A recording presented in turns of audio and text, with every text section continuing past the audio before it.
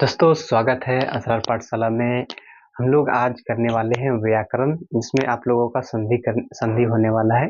तो संधि यानी लेटर्स ऑफ ज्वाइनिंग, यानी जो वर्णों का जो संयोग होता है उसी को कहते हैं हम लोग संधि कहते हैं। तो उससे पहले हम लोग स्टार्ट करने से पहले आप लोगों को कुछ मैं अपना लिखी हुई कुछ शेर सुनाना चाहता हूँ कि मिलकर अगर साथ चले तो मिल जाएगी मंजिल हमें और तुम्हें। अगर बिछड़ जाएंगे मलाल होगा हमें और तुम्हें। चलो आज जिंदगी का फैसला कर ही लेते हैं, पता मत कब मौत आ जाएगी हमें और तुम्हें। इसी के साथ हम लोग स्टार्ट करते हैं आप लोगों का जो व्याकरण है। उसमें आज होने वाला संधि यानी ज्वाइनिंग बोल सकते हैं। तो ज्वाइनिंग किसे कहते हैं कि संधि जो होता है ना, कि जब दो या दो से अधिक ध्वनि या दो या दो से अधिक वर्ण आपस में संयोग करते हैं तो उसके फलस्वरूप बनने वाले नए जो शब्द होते हैं या जिसको जो हमारा वर्ड बनता है आप लोगों का, उसे क्या कहते हैं हम लोग संधि कहते हैं। ठीक है। तो इसमें जब दो वर्ण मिलेंगे या दो ध्वनि मिलेंगे तभी एक नया संधि का निर्माण होता है, यानी नया शब्द का निर्माण होता है। तो इसमें होता क्या है, चलते हम लोग समझते हैं शुरू से। कि कहते हैं कि संधि का अर्थ होता है ये दो या दो से अधिक अधिक ध्वनि या वर्णों के परस्पर संयोग से बनने वाले या संयोग को क्या कहते हैं हम लोग संधि कहलाता है। ठीक है। देखो एग्जांपल के लिए हम लोग कुछ ले लेते हैं कि इसमें है रमा और ईश है। तो इसमें रमा है और ईश है तो बन गया ये रमेश। रमेश बन गया। लेकिन बना ये कैसे, इसके अंदर कुछ चीजें हैं जो कि आप लोग को समझेंगे तो ये सब चीजें आप लोग को आसानी हो जाएगी। सबसे पहले देख लेते हैं कि रमा में लास्ट में क्या आ रहा है, देख लेते हैं आ रहा है। ठीक है। तो उसके बाद लास्ट और फर्स्ट देखना हम लोगों को, यानी दो शब्द जो है आपका उसमें लास्ट और फर्स्ट देखना है। इसमें क्या आता है कि लास्ट में देखो आ रहा है ना, रमा आ रहा है। इसके बाद फर्स्ट देखते ये हर्षई यानी दीर्घई है। तो आ और दीर्घई यानी आ और दीर्घई जब यानी जुटेगा तो उसका जो नया जो रूप होगा वो ए पढ़ा जाएगा। ठीक है। तो देख लेते हैं इसमें रमा और ईस है तो इसमें ए जोड़ा जाते हैं तो ये रमेश हो जाता है। ऐसा देखे तो रमीश होगा। लेकिन इसमें जब आ और दीर्घई जुड़ गया तो ये ए का भाव बन गया और इसके बाद इसको पढ़ा जाता है रमेश और इसका संधि इन्हें अलग टाइप का हो गया। ठीक है। अब दूसरा देखते हैं हम लोग, इसी तरह से इसको करो। गिरी है, ये लास्ट में देख लेते क्या आ रहा है, यानी जो आपका लास्ट में आ रहा है वो हर्षई है और यहाँ पर दीर्घई है। तो हर्षई और दीर्घई यानी जब जुड़ता है हर्षई और दीर्घई तो उसका जो नया रूप बनता है वो दीर्घई हो जाता है। तो इसलिए गिरी इंद्र हो जाएगा। तो गिरीन्द्र हो गया बन के। ठीक है। उसी तरह से हम लोग पर है और उपकार है। तो पर का लास्ट में क्या है, देखो आप लोग ये समझना कि सभी व्यंजन में अ जुड़ा है। जैसे क से लेकर आप लोगों का ड़ और ह तक जो है ना, सभी अगर पढ़ेंगे आप लोग तो क के साथ प्लस में अ भी जुड़ा है तभी ये बना है क। ठीक है। इसी तरह से अगर किसी शब्द में या किसी वर्ण में आपको अगर सीधा अगर दिया रहे तो उसके साथ में क्या रहेगा ये, जैसे रो है तो रो भी बना है रो प्लस ओ तब ये बना है रो। ठीक है। तो इसमें क्या है ओ है। ठीक है।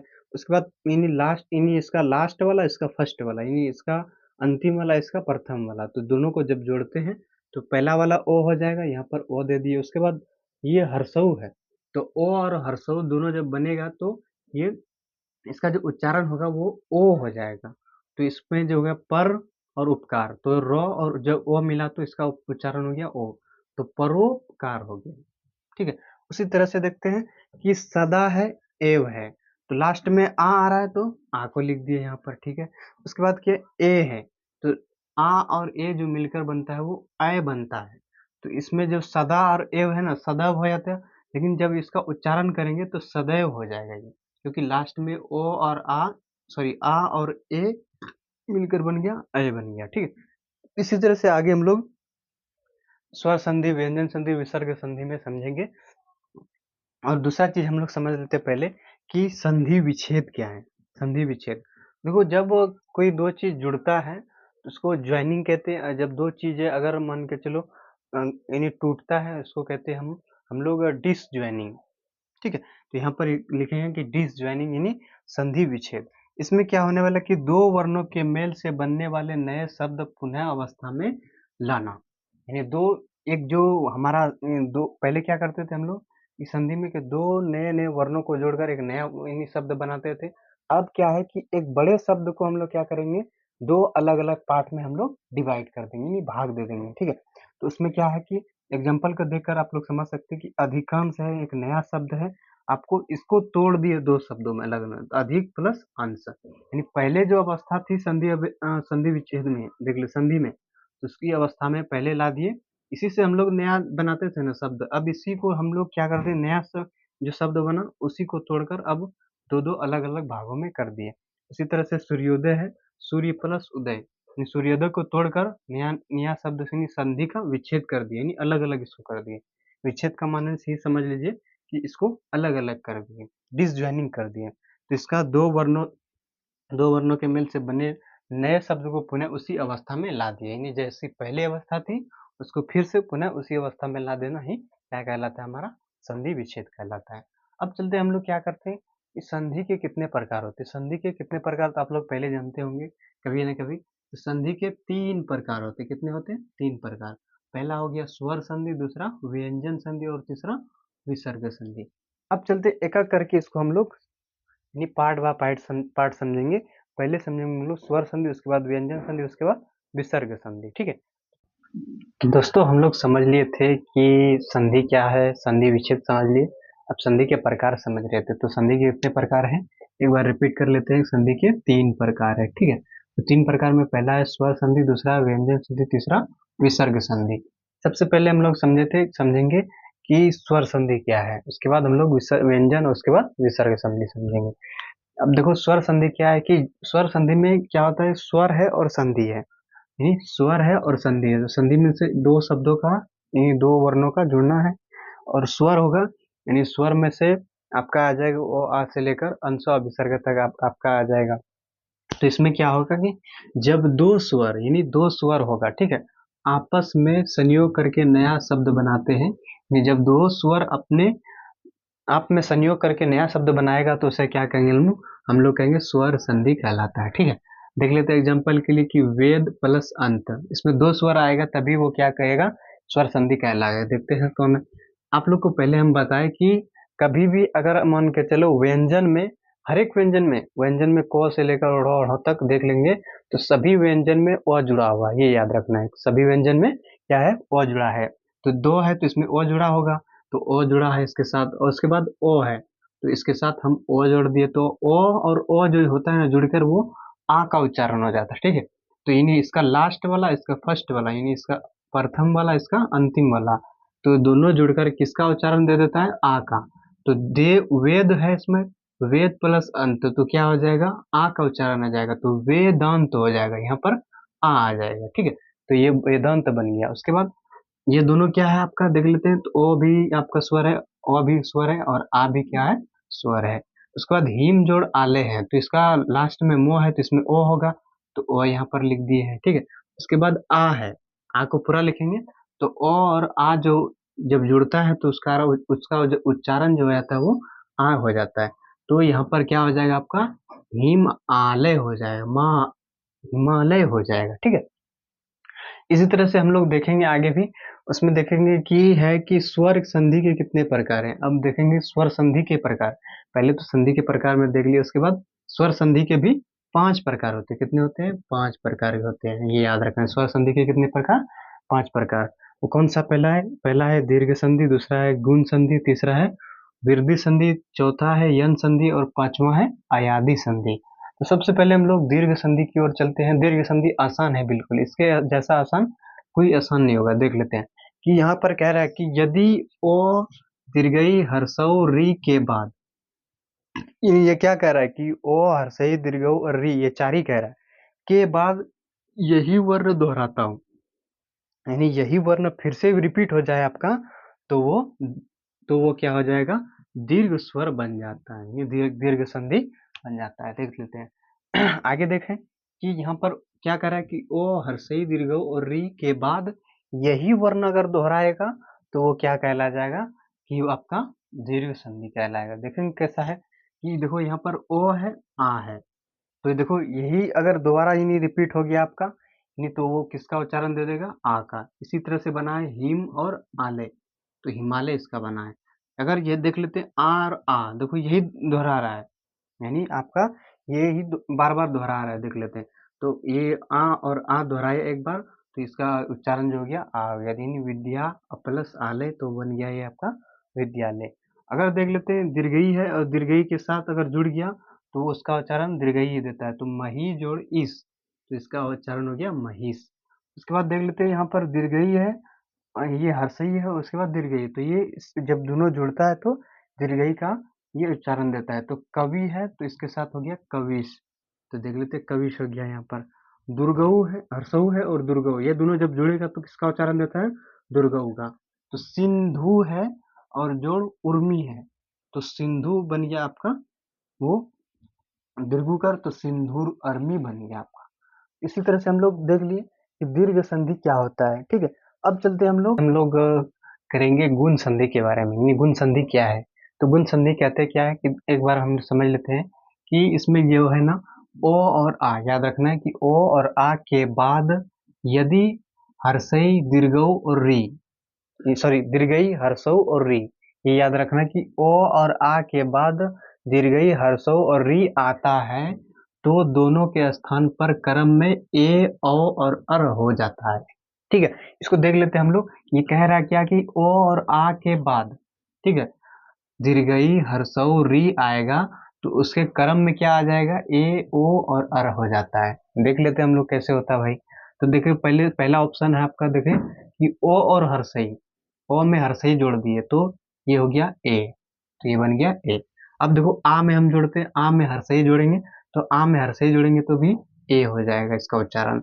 अब देखो ओ में हम लोग जोड़ेंगे हर्षऊ को, तो ओ में अगर हर्षऊ को जोड़ते हैं, ओ में हर्षऊ को अगर जोड़ते हैं तो वो ओ हो जाता है, ठीक है। उसके बाद देखिए आ में हम लोग हर्षऊ को जोड़ देते हैं एक बार, आ में हर्षऊ को जोड़ेंगे तो ओ आ जाता है। उसके बाद ओ में हम लोग जोड़ेंगे किसको, री को, ओ को, ओ को री के साथ जोड़ेंगे तो उसके बाद वो क्या कहता है कि अर हो जाता है, तो वो ये अर हो गया।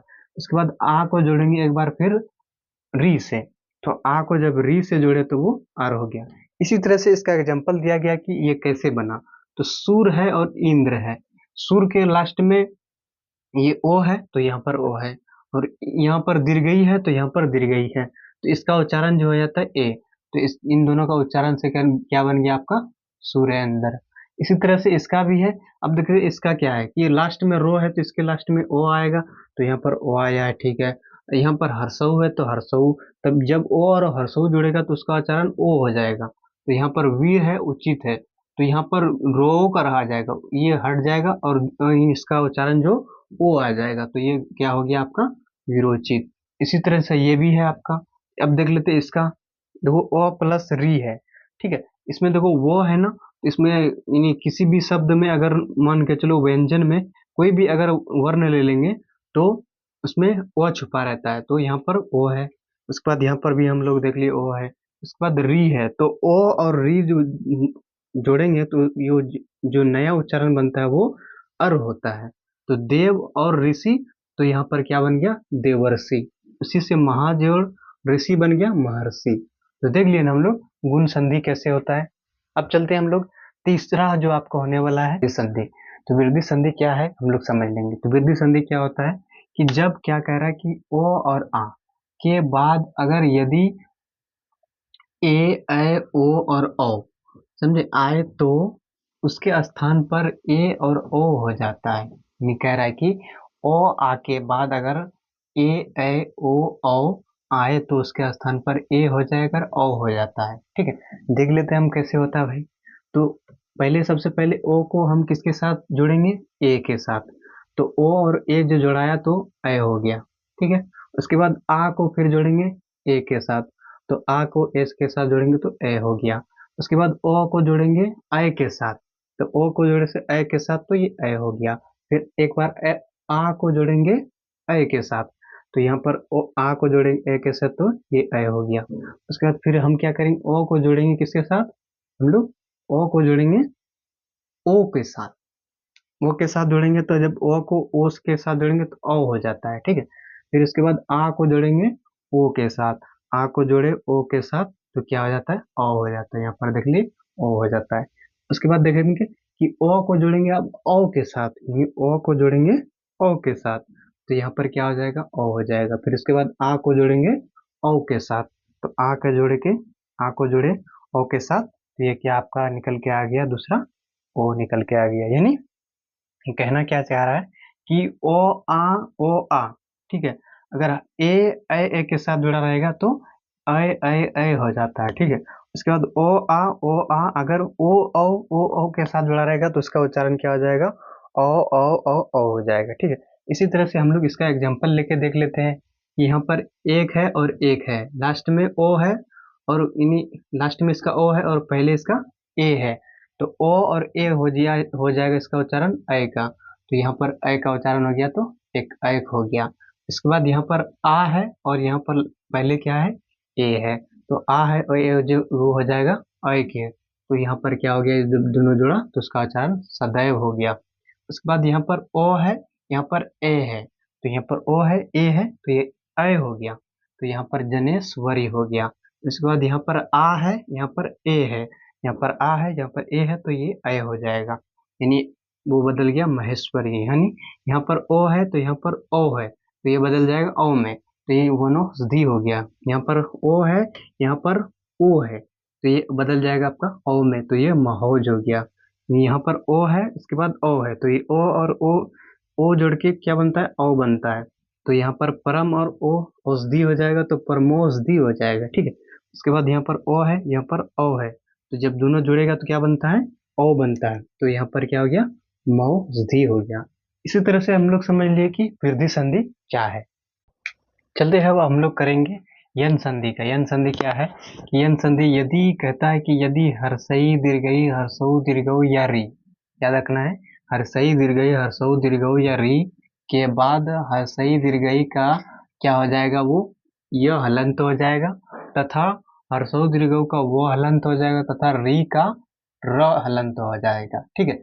ये कह रहा है कि यानी हर्षई दीर्घई का यह हलंत हो जाएगा और हर्षऊ दीर्घऊ का वो हलंत हो जाएगा, तथा री का रो हो जाएगा, ठीक है। अब देखते हैं कैसे होता है भाई। तो हर्षई का क्या कह रहा है कि ये हर्षई का क्या यो हलंत हो जाएगा। हर्षई का यो हलंत कैसे होगा, यदि प्लस अपी, यानी यहाँ पर ओ है, प्लस में ओ है, तो यहाँ पर दीर्घई है, यहाँ पर लास्ट में देखो, यहाँ पर भी दीर्घई, यहाँ पर भी दीर्घई है, तो ये हर्षई का जी क्या हो जाएगा, यानी आप लोगों का यद्यपि, ठीक है। इसी तरह से दीर्घई का भी यह हो जाएगा, यानी देवी प्लस अर्पण जो हो जाएगा वो देवी अर्पण हो जाएगा।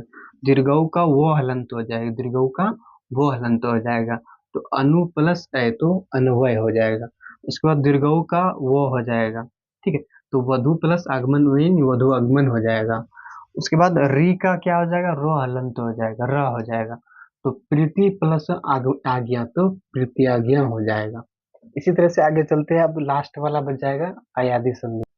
चलते हैं अब दोस्तों, हम लोग करेंगे अयादी संधि, यानी लास्ट आपका होने वाला है, यानी जो स्वर संधि का जो 5 भेद था उसमें लास्ट आ गया हम लोग अयादी संधि।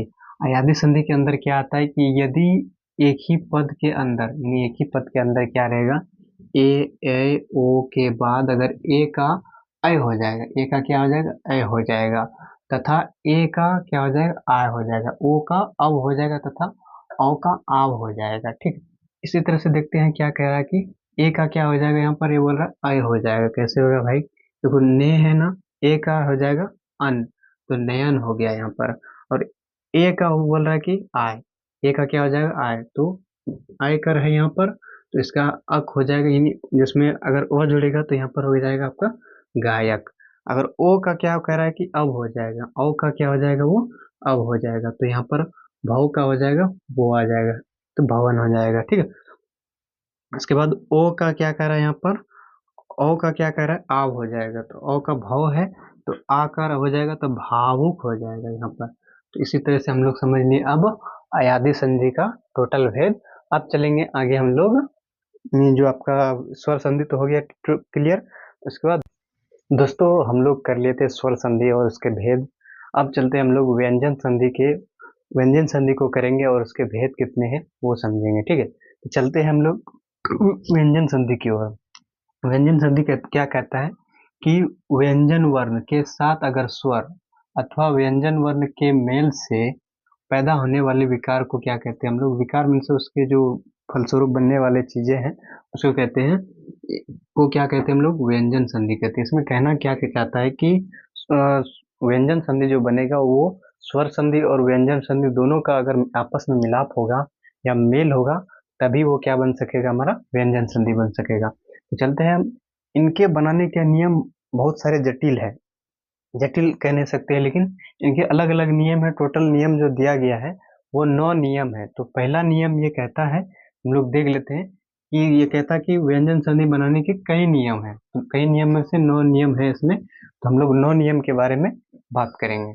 सबसे पहला नियम है कि कहता है कि अगर को हलंत, चो हलंत, टो हलंत और टो हलंत और पो हलंत किसी वर्ग का तीसरा या चौथा, यानी किसी वर्ग का, यानी कह रहा है कि व्यंजन वर्ण हो या स्वर वर्ण हो, किसी वर्ण का अगर तीसरा या चौथा वर्ण आ जाए, या लो, रो, लो, रो, और उसके बाद है, यहाँ पर गलती हुआ है कि यो, रो, लो, वो या कोई स्वर आ जाए, तो को हलंत, चो हलंत, टो हलंत और तो हलंत, पो हलंत के स्थान पर अपने ही वर्ग का तीसरा कह रहा है। ये इंपॉर्टेंट वाली बात है कि तीसरा क्या कह रहा है? तीसरा वर्ण हो जाता है। यही इंपॉर्टेंट वाली बात है। इसमें कहने का ये है कि को हलंत, चो हलंत, टो हलंत और तो हलंत और पो हलंत जो है ना, किसी वर्ग का तीसरा चौथा, ठीक, वर्ण आ जाए, या यो, रो, लो, वो या कोई स्वर आ जाए, तो को, चो, टो स्थान पर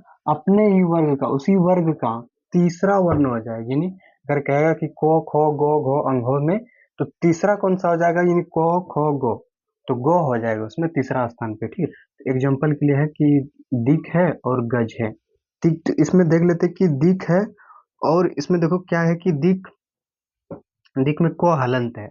तो इसमें जो नया जो मेरा व्यंजन बनेगा, तो उसमें क्या होगा कि को हलंत जो है ना, वो बदल जाएगा तीसरा में, यानी को बदल जाएगा, आपका तीसरा स्थान पे आ जाएगा, यानी को के बदले में।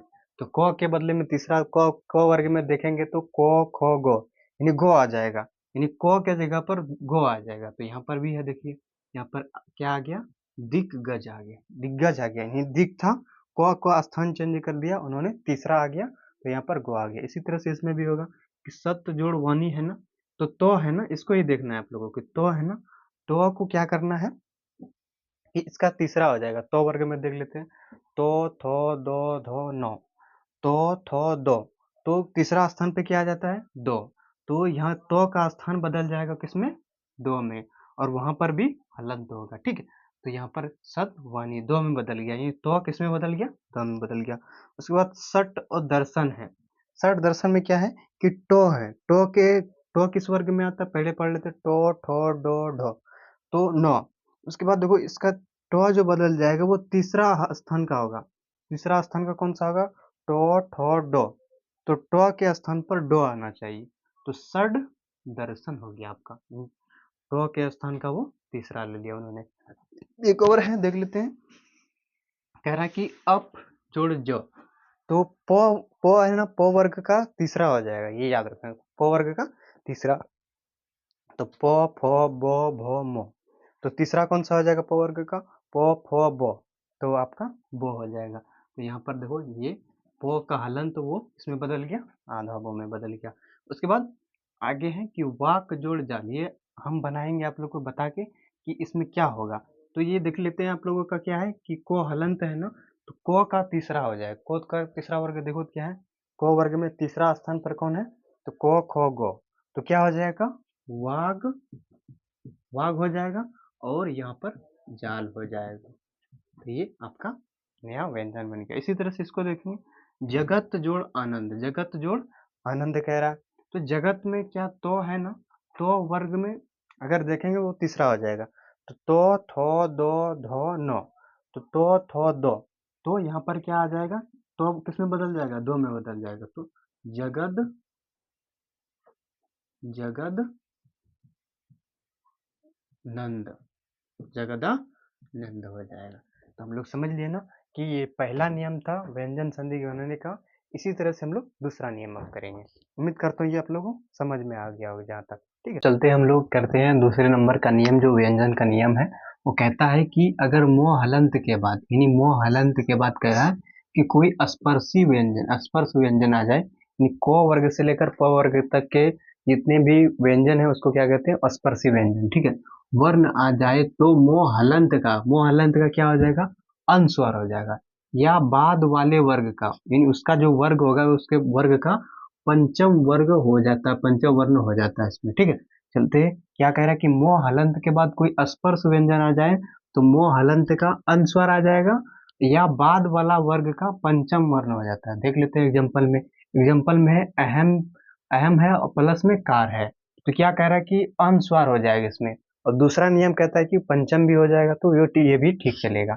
सबसे पहले हम लोग अनुस्वार को देख लेते हैं। यानी अहम है ना, और प्लस में है कार, तो यहाँ पर क्या कर देगा कि मोह हलंत को हटाकर क्या कर रहे हैं यहाँ पर, अंस्वा इसके बदले में लग रहा है, यानी मोह को हलंत को हटा दो और अंस्वा लगा दो, तो ये अहंकार बन गया।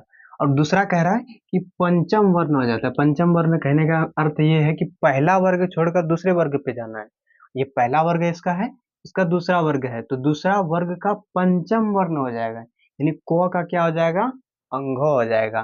तो यहाँ पर यानी अंघो के, यानी क के जगह पर क्या आ जाएगा, अंघो, यहाँ पर अंघो आ गया, तो अहंकार हो गया इसका, ये भी सही है।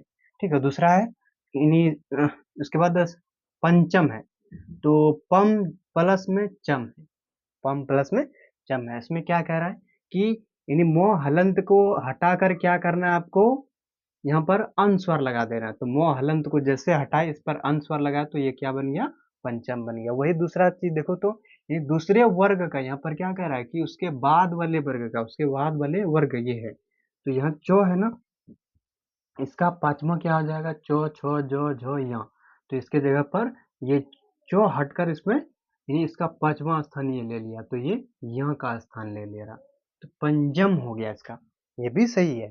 ठीक है, अब देखो किम है और चित है। पहले अनुस्वार वाला लगा लेते हैं कि अनुस्वार की मोह हलंत को हटाओ और अनुस्वार लगाओ, तो क्या हो गया, मोह हलंत को जैसे हटाए तो किंचित हो गया। इसमें भी देखो तो आप लोग यानी सम है प्लस में गम है, तो मोह हलंत को हटाओ और अनुस्वार लगा दो, दूसरा जो बन जाएगा आपका नया व्यंजन बन जाएगा। अब कह रहा है कि ये दूसरे यानी बाद वाले वर्ग का पंचम वर्ण हो जाता है। इसको करना थोड़ा डिफिकल्ट हो जाता है, कोई डिफिकल्ट नहीं है।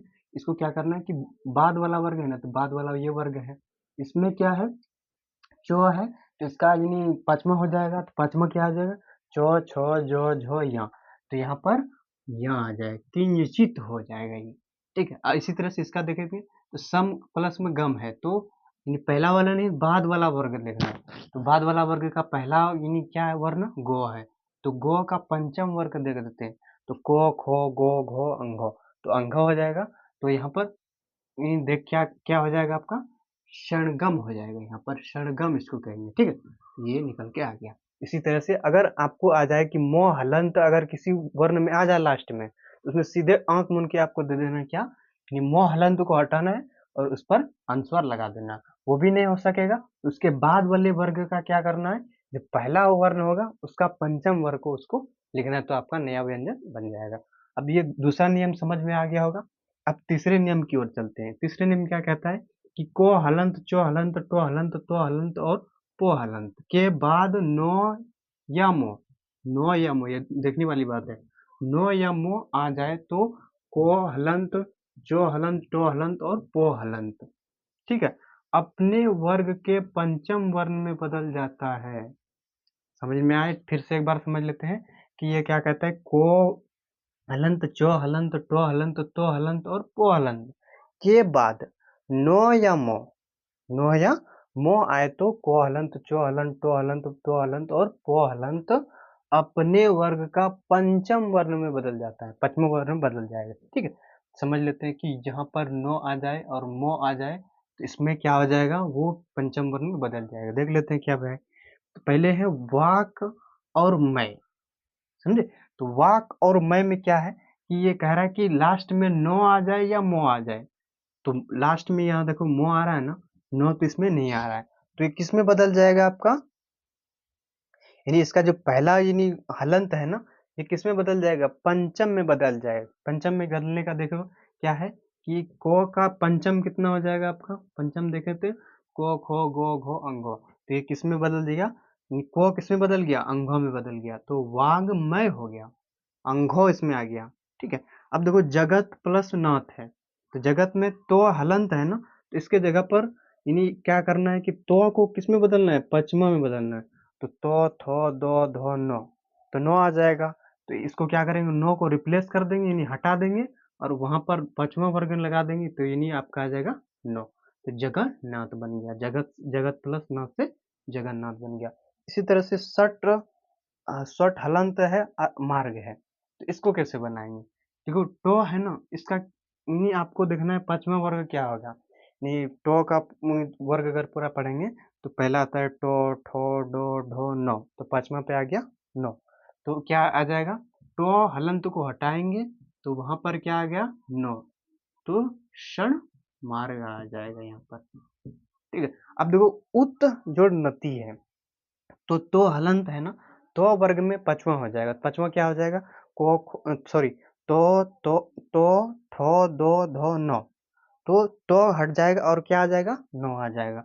तो को हटा देते हैं, तो को हटे जैसे हटाएंगे तो वहां पर क्या आएगा नो, तो उन्नति आ जाएगा। तो इसी तरह से आप लोग ये बना लिए। अब चलते हैं हम लोग चौथा की तरफ।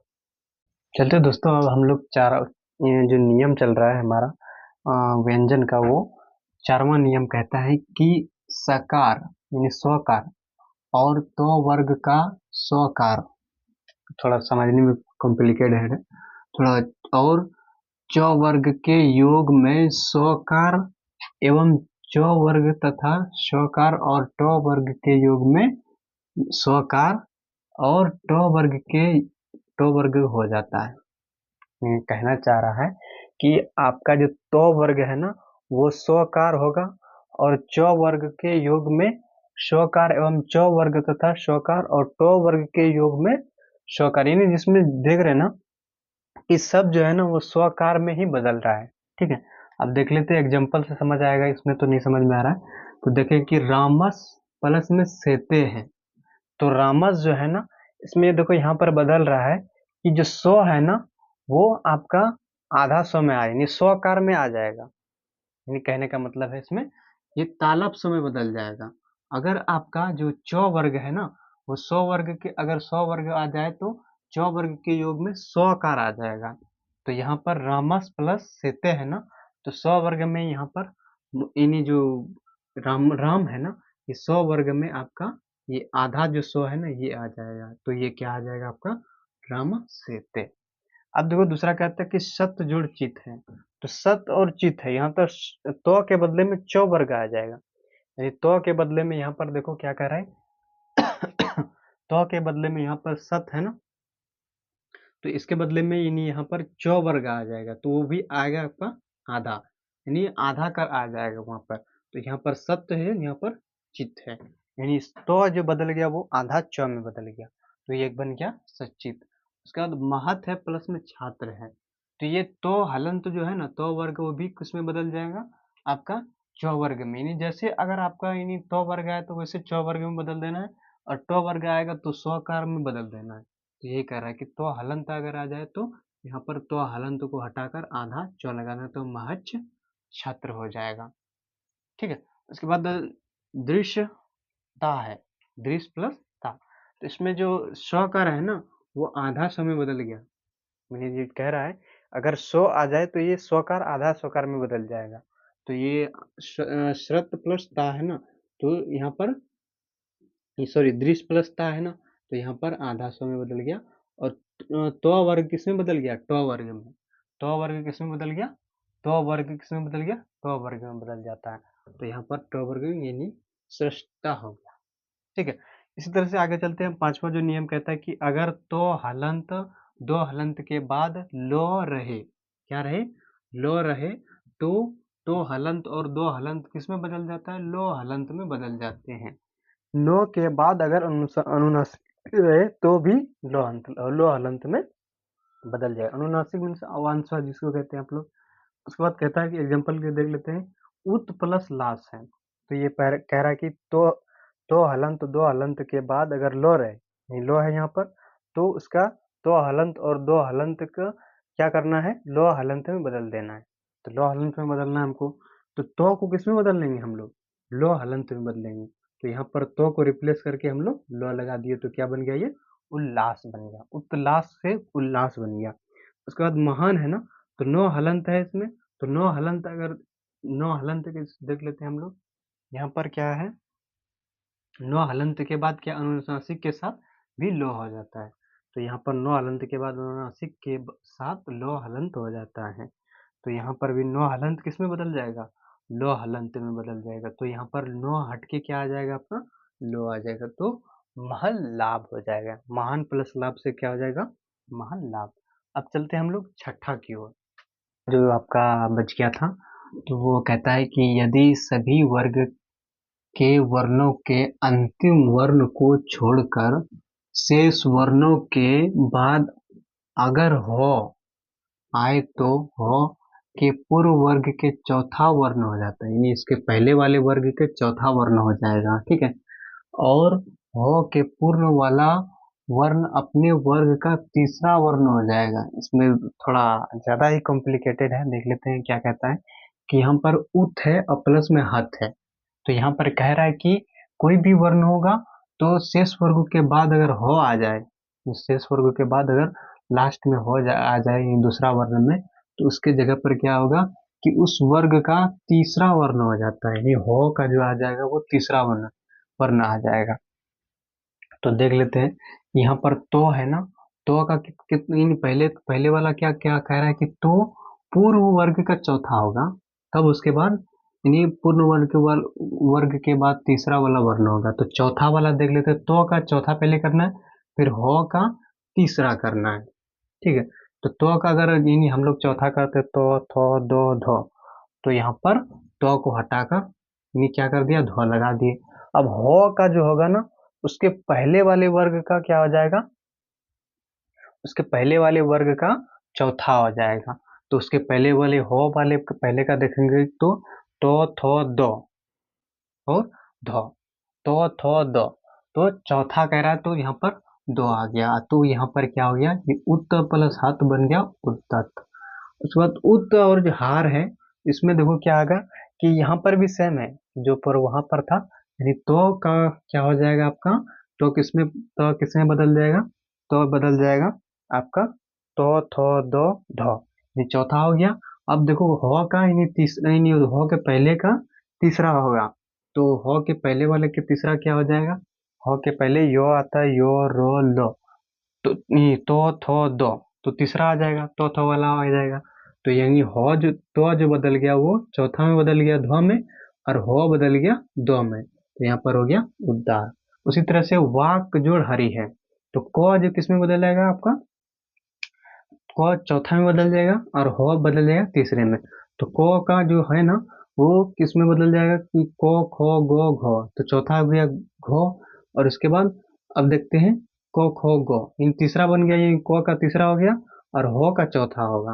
तो हो के पहले तो थो दो, हो के पहले तो थो दो, तो यहाँ पर हो जाएगा तो थो दो धो, तो यहाँ पर वाक धरी हो जाएगा, यानी को बदल गया आपका गो में और हो बदल गया धो में, तो वाक धरी हो गया। इसी तरह से आप देखते हैं कि कहता है कि हर स्वर के बाद छ हो तो छ के पहले चौ जुड़ जाता है। नहीं, ये सिंपल है कि अगर ये कहता है कि हर स्वर के बाद क्या कहता है कि छ हो तो वो किस में बदल जाएगा? च में बदल जाता है। जैसे परी जो है ना, छेद है, तो ये क्या कह रहा है कि हर्ष के बाद यानी दीर्घई नहीं हर्षई दीर्घई जो अपने आता है, हर्ष के बाद अगर छ रहे यानी दीर्घई यहाँ पर है ना, उसके बाद अगर छ रहे तो किस में बदल जाएगा? च में बदल जाएगा, यानी च किस में बदल गया? छ में बदल गया। तो यहाँ पर परी छ जो है ना वो आपका छ में, च जो है ना वो छ में बदल गया, तो परिच्छेद हो गया। इसी तरह से है कि साला छादन, साला छादन क्या है कि साला यानी इसमें देखो स्वर हो गया ओ, सॉरी आ हो गया, इसमें छ, तो ये नहीं कह रहा है कि अगर स्वर के बाद अगर ये नहीं बोल रहा है कि छ है तो वो स्वर च में बदल जाएगा, तो यहाँ पर साला होगा और छ जो है ना वो च में बदल गया, तो च में बदलेगा तो साला छादन हो गया।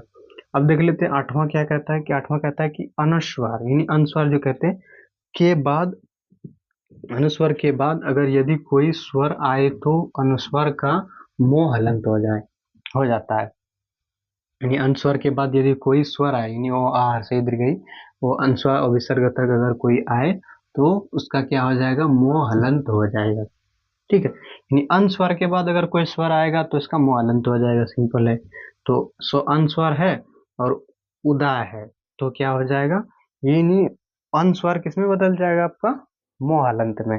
तो ये समुदाय, अनुस्वर हट गया तो यहाँ पर इसमें मोह आ जाएगा और उदा आ जाएगा तो यहाँ पर समुदाय, यानी ऊ बदल गया आपका और सो बदल गया, यानी आपका और दाय का जो समुदाय हो गया आपका। इसके बाद नम्मा है, तो नम्मा क्या कहता है कि जो हलंत के बाद यदि न हो तो दोनों के बदले में ज्ञ हो जाता है। यानी ये कहता है कि जो हलंत के बाद यदि न हो तो दोनों के बदले ज्ञ हो जाता है। तो कहते हैं, देखो एग्जांपल में कि यज प्लस नौ है, तो यहाँ पर जो हलंत के बाद अगर नो है तो यहाँ पर देखो नो है ना, जो हलंत के बाद नो है तो उसके बदले में ज्ञ हो जाता है। ये नो जो हटकर आपका किसमें बदल गया, ज्ञ में, तो ये क्या बन गया, यज्ञ बन गया। उम्मीद करता हूँ आप लोगों को ये जो हम व्यंजन का नियम जितने बताए आप लोगों को समझ में आया होगा। तो हमारे इस चैनल को सब्सक्राइब करें और दूसरों तक भी जरूर शेयर करें। तब तक देखते रहिए हमारे यूट्यूब चैनल असरार पाठशाला। Thank you.